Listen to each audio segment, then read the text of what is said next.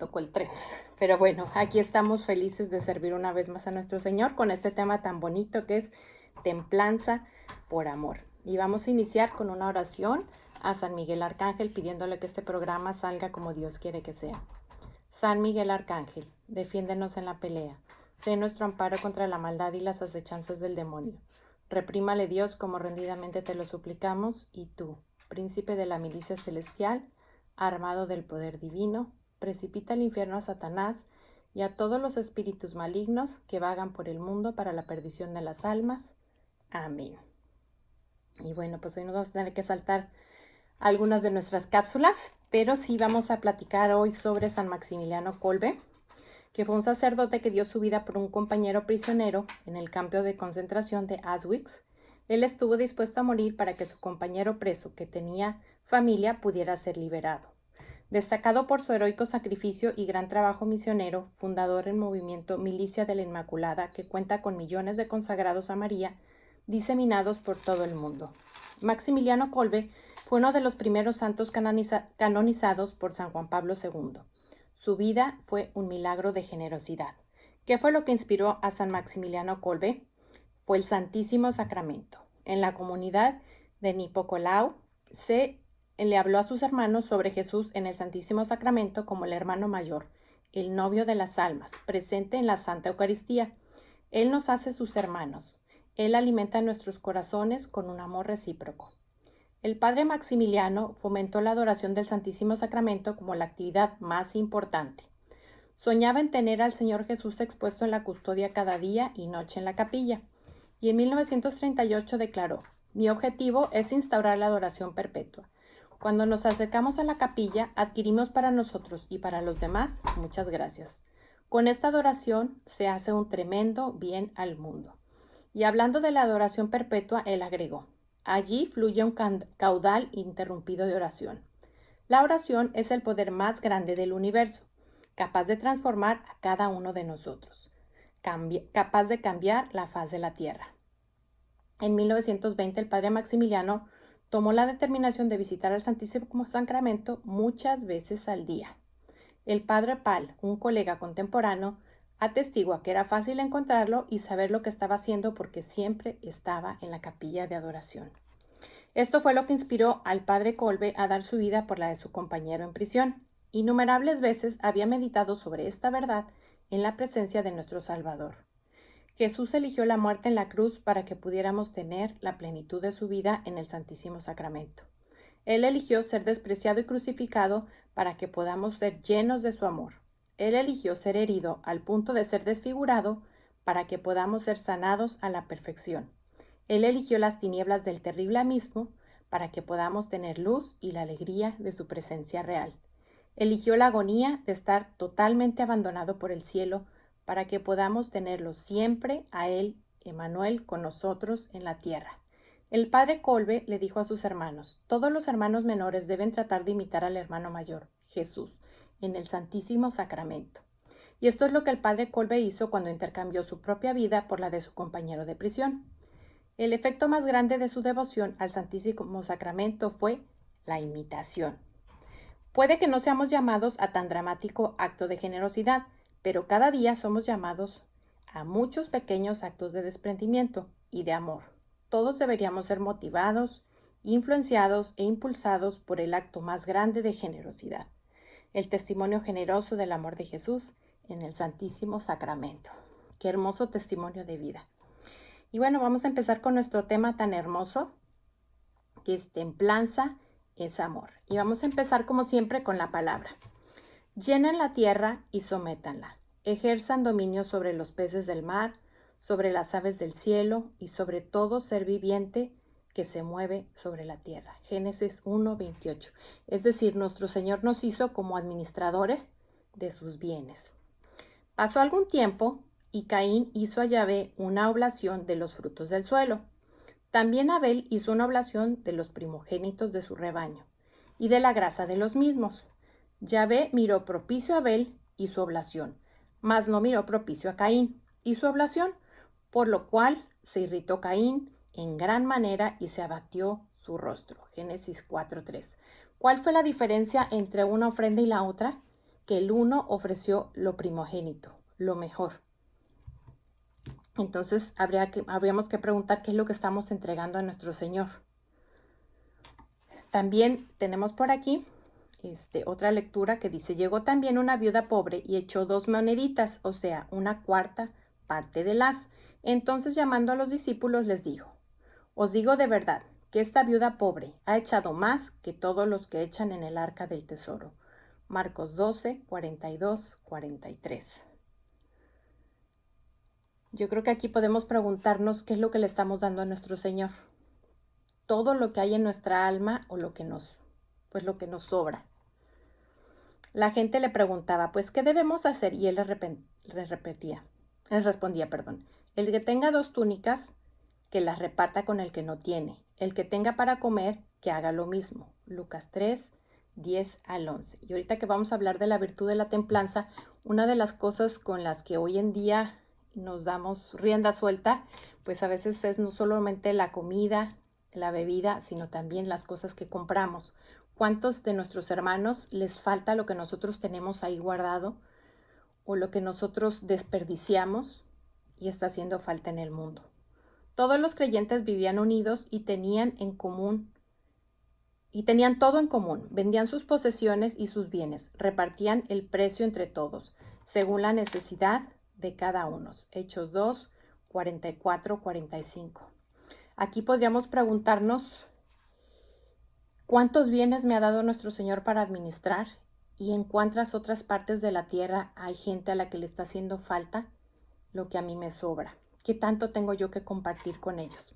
Y bueno, vamos a empezar con el catecismo, que nos dice que la templanza es la virtud moral que modera la atracción de los placeres y procura el equilibrio en el uso de los bienes creados. Asegura el dominio de la voluntad sobre los instintos y mantiene los deseos en los límites de la honestidad. La persona moderada orienta hacia el bien sus apetitos sensibles, guarda una sana discreción y no se deja arrastrar para seguir la pasión de su corazón. La templanza es a menudo alabada en el Antiguo Testamento. No vayas detrás de tus pasiones, tus deseos refrena. Y en el Nuevo Testamento es llamada como moderación o sobriedad. Debemos vivir con moderación, justicia y piedad en el siglo presente. Nada hay para el sumo bien como amar a Dios con todo el corazón, con toda el alma y con toda la mente, lo cual preserva de la corrupción y de la impureza del amor, que es lo propio de la templanza, lo que le hace invencible a todas las comodidades, que es lo propio de la fortaleza, lo que le hace renunciar a todo otro vasallaje, que es lo propio de la justicia, y finalmente lo que le hace estar siempre en guardia para discernir las cosas y no dejarse engañar subrepticiamente por la mentira y la falacia, lo que es propio de la prudencia. Y tenemos también aquí un texto de amor activo de la Beata Concepción Cabrera, que dice así: la gula traspasa los límites del comer y beber. Hay personas que pasan la vida pensando en su paladar y olvidan el recuerdo de Dios. La embriaguez lleva consigo la impureza. La gula espiritual viene de la envidia. Es un desorden desordenado de santidad. La templanza es el justo medio. Es hija del orden. Se desarrolla con la mortificación. Lo que el alma se quita voluntariamente a sí mismo, lo encontrará duplicado en el desarrollo interior. Vamos a ir como a unas cifras de hoy en día, cómo estamos. Pocos tienen mucho y muchos tienen poco. El salario mínimo, por ejemplo, en México son aproximadamente $5 diarios, cuando aquí en Estados Unidos el salario mínimo por hora son $8. Es decir, una persona en México puede trabajar 8 horas y recibe mucho menos de lo que se gana aquí en una sola hora, hablando de un salario mínimo. 1,000 millones de personas, es decir, la mitad de la población mundial, viven con menos de $1.90 al día. Esto está tomado de ADT, Cuarto Mundo. 1 de cada 7 personas se van a dormir con hambre.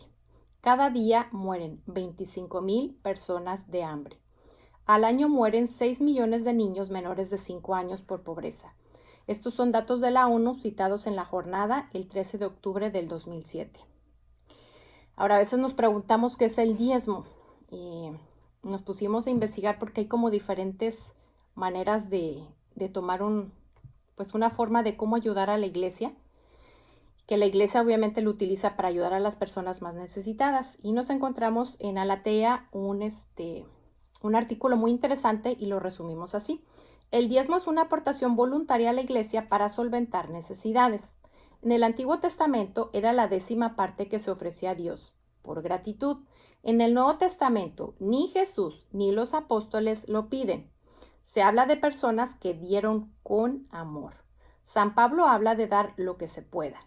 Esta corresponsabilidad es una obligación moral, es un deber de justicia, una aportación libre, voluntaria y fruto de la fe.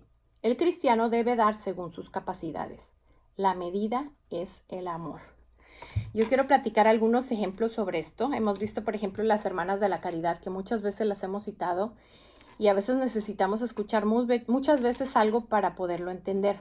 Las hermanas de la caridad están en los sitios más pobres, es decir, mientras en el mundo, por un lado hay gente con mucho dinero, por otro lado hay gente que carece de lo más indispensables. Ellas viven en la pobreza.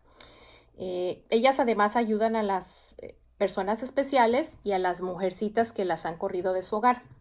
Entonces ahí me tocó mucho convivir con ellas porque ayudan también en el proceso de adopción. Y pues me contaron algunas cosas, entre ellas nunca se me va a olvidar que ellas solo tienen 3 vestidos, el que están usando, si tienen uno que tienen que reparar y el que está mojado porque pues se acaba de lavar.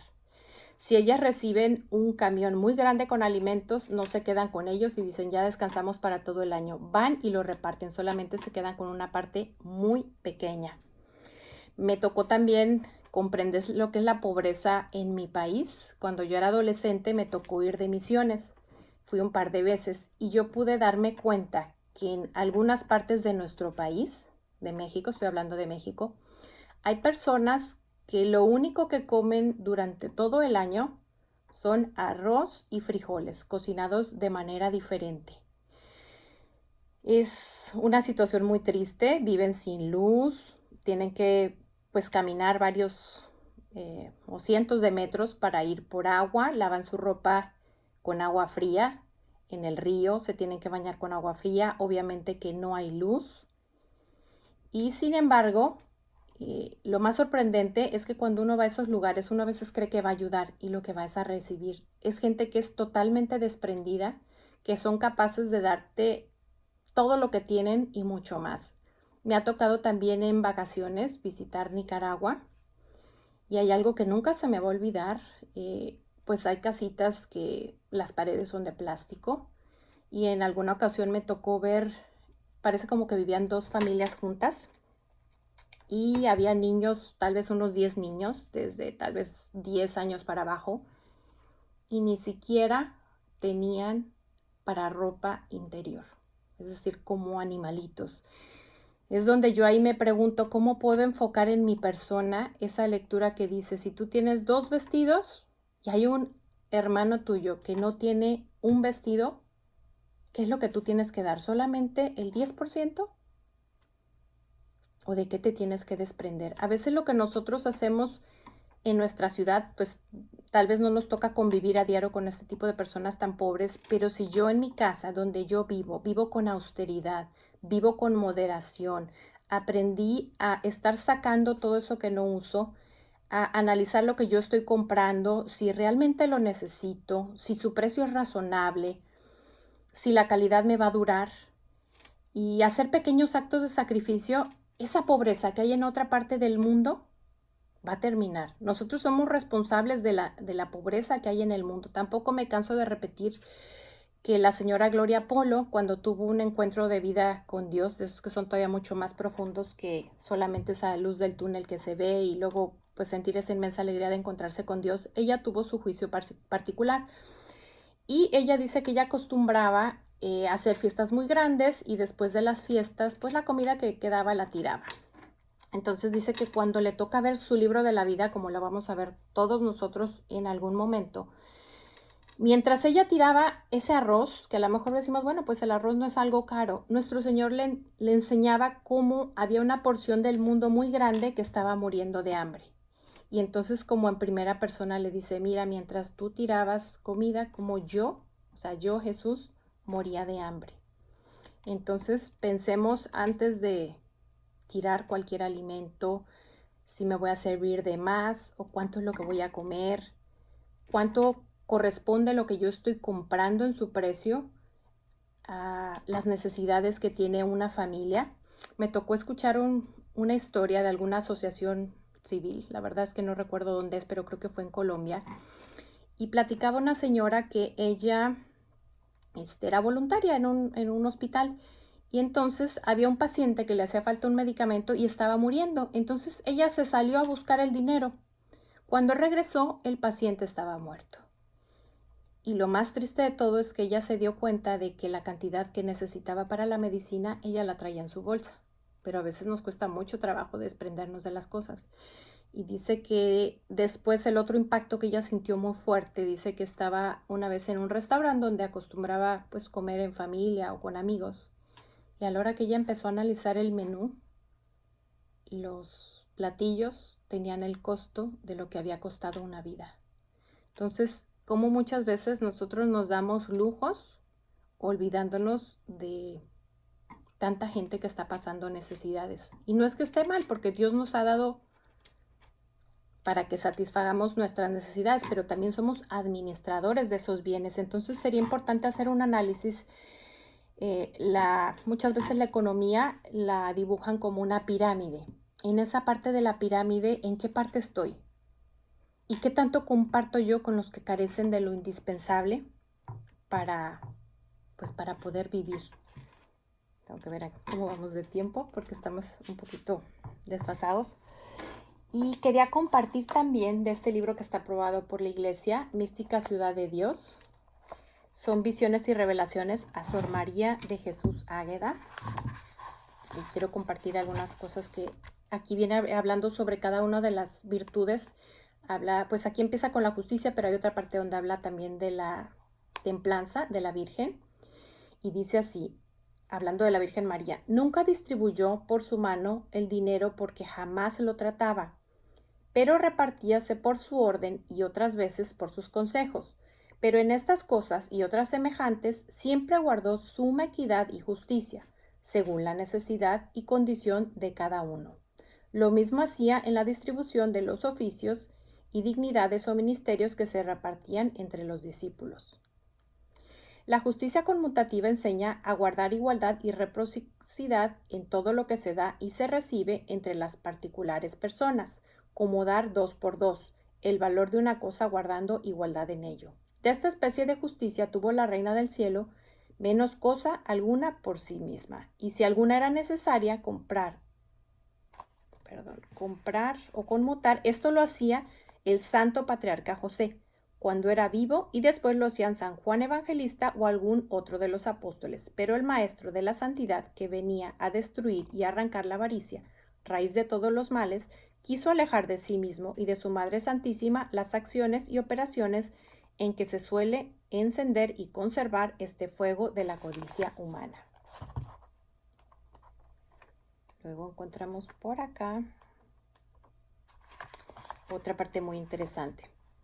En la magnificencia también fue grande nuestra reina, porque si bien era pobre, y más en el espíritu sin amor alguno a cosa terrena, con todo esto de lo que el Señor le dio, dispensó magníficamente, como sucedió cuando los Reyes Magos le ofrecieron preciosos dones al niño Jesús, y después en el discurso que vivió en la iglesia subido el Señor al cielo. Y la mayor magnificencia fue que, siendo señora de todo lo creado, lo destinase todo para que magníficamente cuanto era de su afecto se gastase en el beneficio de los necesitados y en honor y culto de Dios. Y esta doctrina y virtud enseñó a muchos para ser maestra de la perfección en obras que tan a pesar de viles costumbres e inclinaciones hacen los mortales, sin llegar a darles el punto de prudencia que deben comúnmente y desean los mortales según la inclinación. En otro libro de Revelaciones yo leía también que cuando ella estaba preparándose para el nacimiento de nuestro Señor, no solamente ella se dedicaba a hacer las sabanitas y todas las cositas para el niño Jesús, ella también hacía para los más pobres. Y también cuando ella tuvo que partir, llevó realmente muy pocas cosas para ese momento. Tengo por aquí otro pedacito donde dice: moderación o austeridad para lo que no apetezca el el superfluo, fausto y ostentación en el vestido y aparato exterior. Podríamos preguntarnos de qué manera tan sencilla se vestía la Virgen y realmente qué hermosa debió ser ella siempre, porque realmente su riqueza estaba dentro de ella, no con las cosas que ella usaba por fuera. Aquí hablando sobre la abstinencia y la sobriedad de María Santísima, fue admiración de los ángeles, porque siendo reina de todo lo criado y padeciendo las naturales pasiones del hambre y sed, no apeteció jamás los manjares que a su poder y grandeza pudieran corresponder, ni usaba la comida por el gusto, mas por sola necesidad, y ésta satisfacía con tal templanza que ni excedía ni pudo exceder sobre lo ajustado para el humídico radical y alimento de la vida, y éste recibía, dando primero lugar al padecer el dolor de hambre y sed, dejando algún lugar a la gracia junto con el efecto natural del escaso alimento que ella recibía. Por su voluntad nunca comió carne, ni más de una sola vez al día, salvo cuando vivió con su esposo José o cuando acompañaba a su Hijo Santísimo en sus peregrinaciones. Yo creo que aquí está un termómetro para ver qué tantos sacrificios estamos haciendo nosotros hoy en día, qué tanto gusto nos damos, qué tanto ayunamos, porque cuánto podemos ganar haciendo ayuno y oración por nuestros hermanos. Recordemos que muy pronto vamos a tener la campaña de 40 días por la vida y precisamente la forma en que se salvan vidas y almas, pues es Dios a través de nosotros, es precisamente pero con ayuno y con oración. En la pobreza y austeridad fue admirable, pues quien era señora de todo lo criado y todo tenía a su disposición, dejó tanto por la imitación de su Hijo Santísimo cuanto el mismo Señor puso en sus manos, porque así como el Padre puso todas las cosas en manos del Verbo humanado, así las puso este Señor todas en manos de su madre, y ella, para hacer lo mismo, las dejó todas con afecto y efecto para la gloria de su Hijo y Señor. El otro día una compañera me compartía algo que me pareció muy interesante. Ella dice que en una organización donde ella está religiosa, en el Opus Dei, cuando uno va a hacer una limosna, pues a veces la gente puede tener mucho dinero y no se trata de dar en cantidad. Lo que se tiene que hacer para hacer un donativo es lo que yo me ahorré de un gusto, o sea, lo que a mí me dolió, lo que hice con mucho amor, es lo que se entrega.